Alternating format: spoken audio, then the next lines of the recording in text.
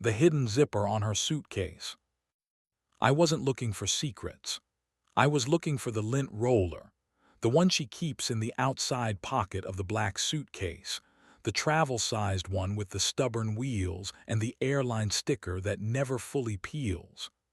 I unzipped what I thought was the only pocket, and my fingernail caught on a second, narrower zipper, stitched into the lining like a whisper. Inside were three things: a room key card from the Aquila Hotel, a lipstick the color of late cherries, and a Polaroid of a ceiling sprinkler throwing light like a tiny starburst. The photo had a thumb in the corner. It wasn't mine. We weren't a careless love, not at first. Alina and I were the couple that read recipes out loud and ignored them. We lived 2 floors above a bakery that dreamed too big in winter and proofed dough like hope. On Saturdays, we watched the river pretend to be silver. On Sundays, we walked until our calves remembered we had bodies. She slept with her hands splayed over my ribs as if keeping count. She liked the way I ironed pillowcases. Flat cotton feels like respect, she'd say, so I kept ironing them even when I was too tired to be respectful about anything else. The first wrongness came in scent. She traded rosemary for something that understood glass, citrus with a mineral aftertaste, as if the bottle was blowing cold air on the room. Then sound changed. Her phone learned a new notification, 2 crisp chimes that sounded like a smaller house knocking at our night. When I asked who needed her at 1:11 a.m., she said, "London," and I pretended time zones could romance a person. She began showering with the light off. "Migraine," she said. The mirror fogged like a curtain, and I learned to brush my teeth by memory. The Aquila key card weighed almost nothing and everything at once. The hotel lived in a glass wedge on the river where the roof likes to sweat in winter. We'd gone there once, at the beginning, for a rooftop drink under heat lamps that told stories about summer. She laughed into her scarf and said, "This place fakes weather," and we toasted to honesty with cocktails that tasted like grown-up lemonade. I held the card now and heard the 2-note chime from the bedroom, the sound the phone makes when a door opens and doesn't bother to close. I didn't open her messages that night. I learned to cook before I learned to cheat. I chopped parsley until the board turned green and fed her pasta like the future could be salted. She twined her bare foot around my ankle under the table, the body's old shorthand for stay. The ankle said stay, and the key card in my pocket said a room on the 11th floor had learned her name. I became interested in evidence, which is the frightened man's hobby. The lipstick had a name printed in tiny letters, Ember. Alina's mouth never wore Ember at home. I made a folder on my laptop and labeled it sandpaper because some truths only smooth if you rub them a long time. Into it went a screenshot of a charge at the Aquila bar, a receipt from a parking space with bird-named rooms, Kestrel at 4:15 p.m., and a blurry photo of a navy blazer on our chair that I didn't own. I wrote times on index cards and tucked them in a cookbook behind the risotto pages, because I wanted to find them while pretending to make something comforting. Desire stayed, which felt cruel. One night she came home early and leaned against me at the sink, her face fitting into the space between my shoulder blades like she'd rented it for a night. "Remember the hotel in Odessa?" she murmured. "The curtain that wouldn't close," I remembered. The hum of the seaside, the lamp turning her skin to apricots, the way she guided my hand lower with a breath that could have been a prayer. She kissed the hinge of my jaw now, and my body answered before the rest of me decided. In bed, her thigh found its old geography across my hip. When I slid my hand up under her shirt, a shadow crossed her eyes. Not shame, exactly, more like distance. She turned to the window and exhaled like the city had been waiting to be let in. I could have asked then. Instead, I learned the hotel's carpet pattern by heart. The next Thursday I told myself I was going out for batteries and walked to the Aquila with my hands in my coat pockets like I had something to protect. The lobby smelled like thyme and polished stone. The desk clerk had the practiced smile of a person who uses privacy like a shield. I stood under a chandelier that looked like champagne deciding whether to fall, and I watched. People drifted in using their best hair. At 8:53, Alina came through the revolving door with cheeks flushed from heat lamps or something like heat lamps. The navy blazer fit her like a borrowed vow. She crossed to the elevators without checking her phone. A man fell into step beside her, tall, a charcoal suit that knew its place, the easy posture of someone whose waiting has always been answered. His hand found the small of her back with an accuracy I had taught. The elevator doors closed. I tried to invent a fire alarm. Instead, I went to the river and let the wind turn my eyes to glass. Around me, the city breathed its practiced breath. I called a lawyer whose office sits above a cobbler and smells like leather in winter. "Do you want an outcome or a scene?" she asked. "Outcome," I said. "Good," she said. "Write down what you know like you'll forget it. Move what you can move. Get a witness if you need one. Don't write poetry to anyone.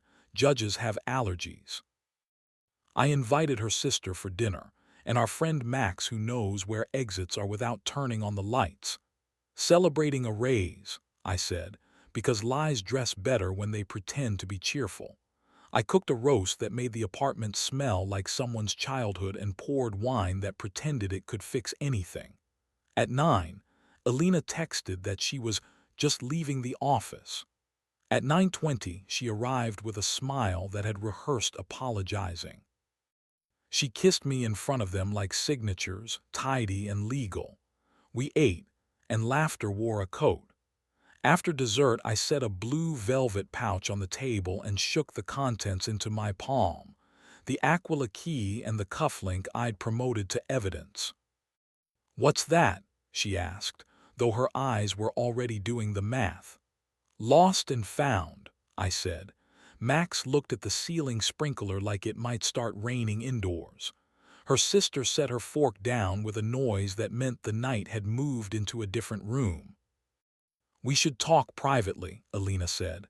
"We will," I answered, and my voice surprised me by how gentle it sounded. They left. The door closed. The apartment grew 2 sizes bigger and then exactly our size again. "Say it," she said. I told her about the hidden zipper and the elevator and the way laughter changes a spine. She put her palm flat on the table and pressed. "I kept thinking I could visit it," she said, like it was a place I was allowed to leave untouched. But then I kept going back and my body started remembering it faster than my conscience.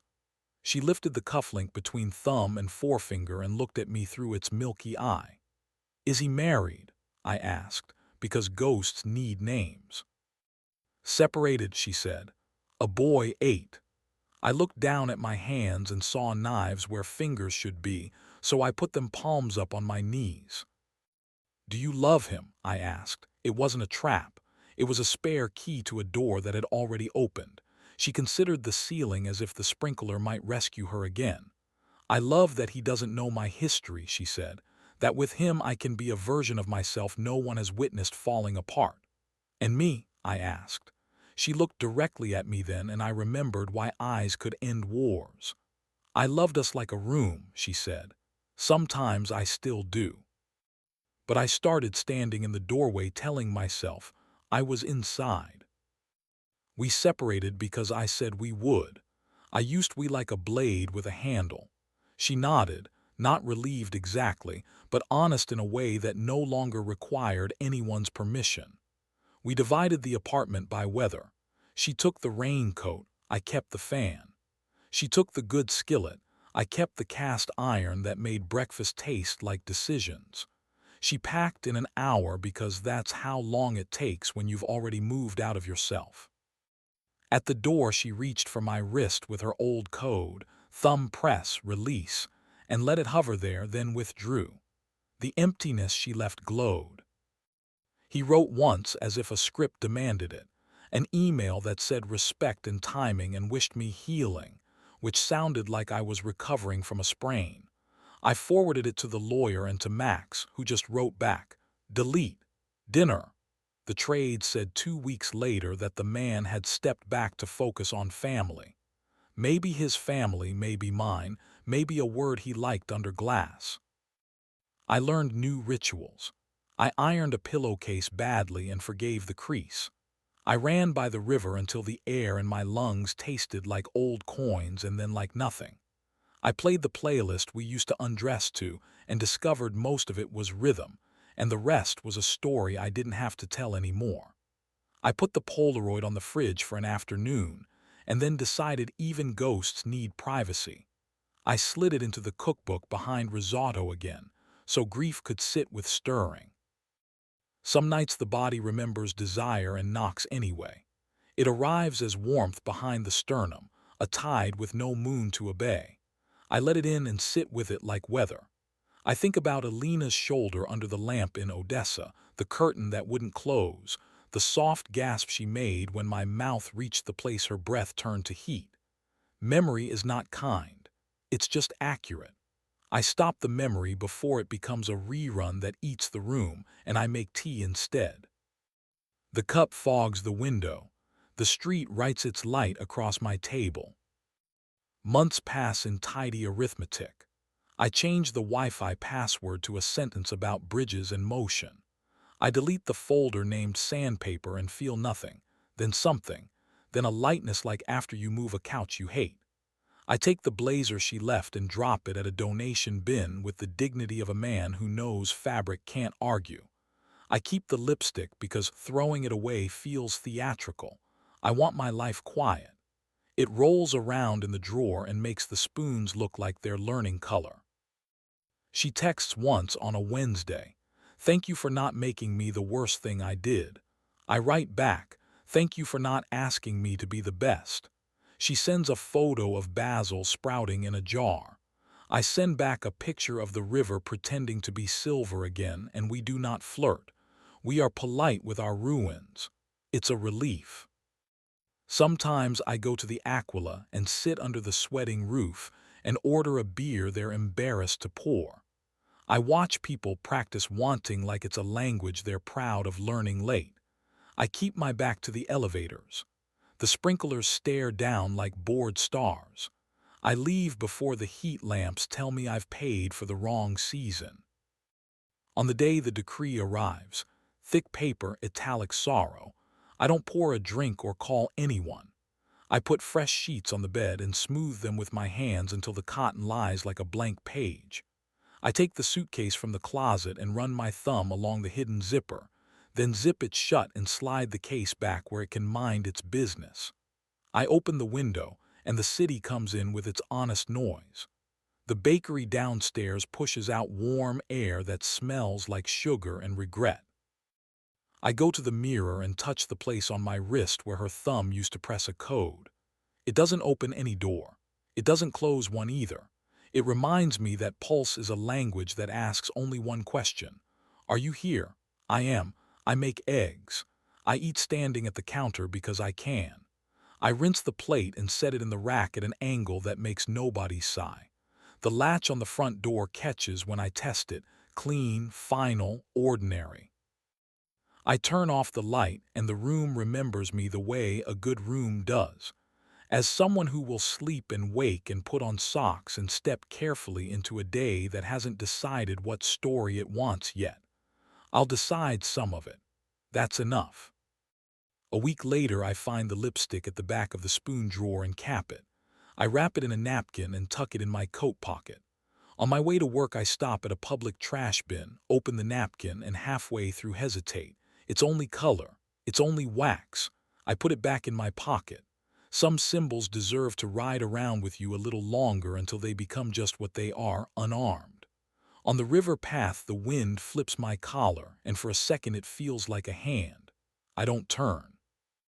The sky is ordinary, which is a gift. The bakery is late with the morning bread, which means the day will be its own kind of slow. I breathe in and the air tastes like cold, not like citrus or stone or any bottled promise. I hold it a second, then let it go.